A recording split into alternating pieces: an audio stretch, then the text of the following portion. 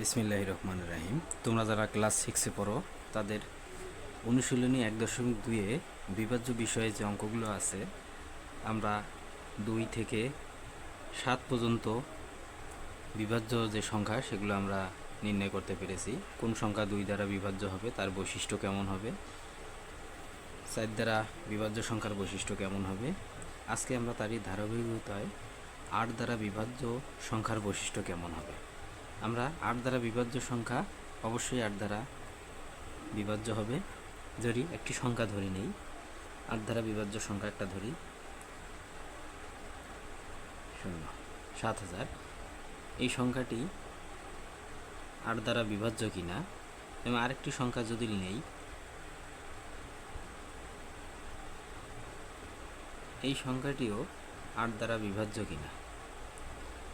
8 দ্বারা বিভাজ্য সংখ্যার বলা হয়েছে যে কোনো সংখ্যার শেষ 3 অঙ্ক যদি শূন্য হয় তাহলে সেটা 8 দ্বারা বিভাজ্য হবে।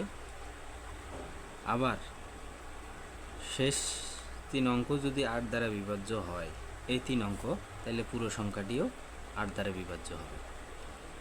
যদি শেষ 3 অঙ্ক শূন্য হয় তবেও 8 দ্বারা বিভাজ্য হবে। আবার শেষ 3 অঙ্ক যদি 8 দ্বারা বিভাজ্য হয় তবেও এটা 8 দ্বারা বিভাজ্য হবে মূল সংখ্যাটি। দেখি আমরা প্রমাণ করে দেখি। 3 শূন্য যদি হয় তবে এক্ষেত্রে 8 দ্বারা বিভাজ্য হয় কিনা। আমরা 2 ঘর ভাগ করি, 8 8 নিলে 64, 6 নামলো, 0 নামলো।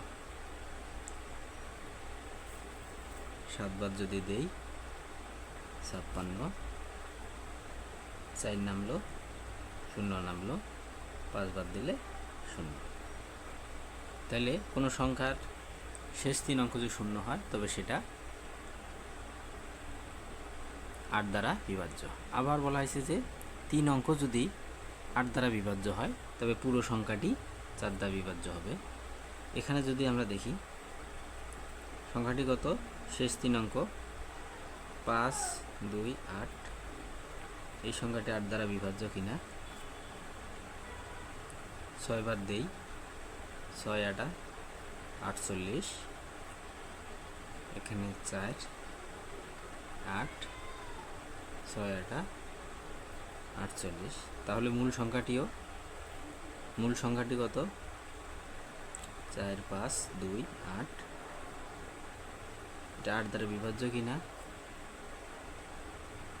এখানে 5 দেই, 40, বিয়োগ করলে 5 নামতেছে, 2 দিয়ে দিলে 6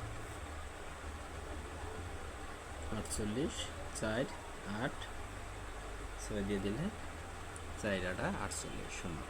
তাহলে মূল সংখ্যাটিও 8 দ্বারা বিভাজ্য।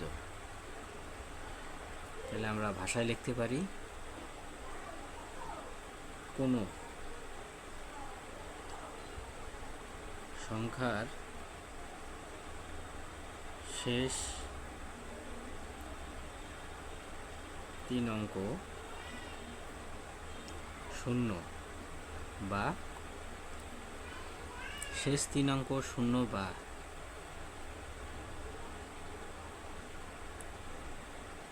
3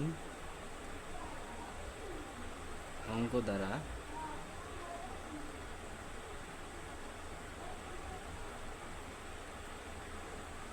গঠিত সংখ্যা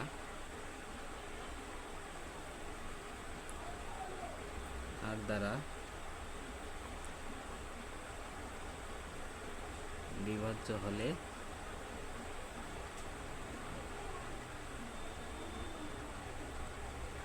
সংখ্যাটি 8 দ্বারা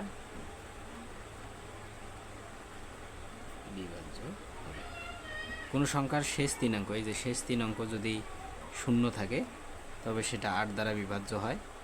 আবার শেষ 3 অঙ্ক দ্বারা গঠিত সংখ্যাটা যদি 8 দ্বারা আমরা ভাগ করতে পারি তাহলে মূল সংখ্যাটিও 8 দ্বারা বিভাজ্য আমরা দেখতে পাচ্ছি।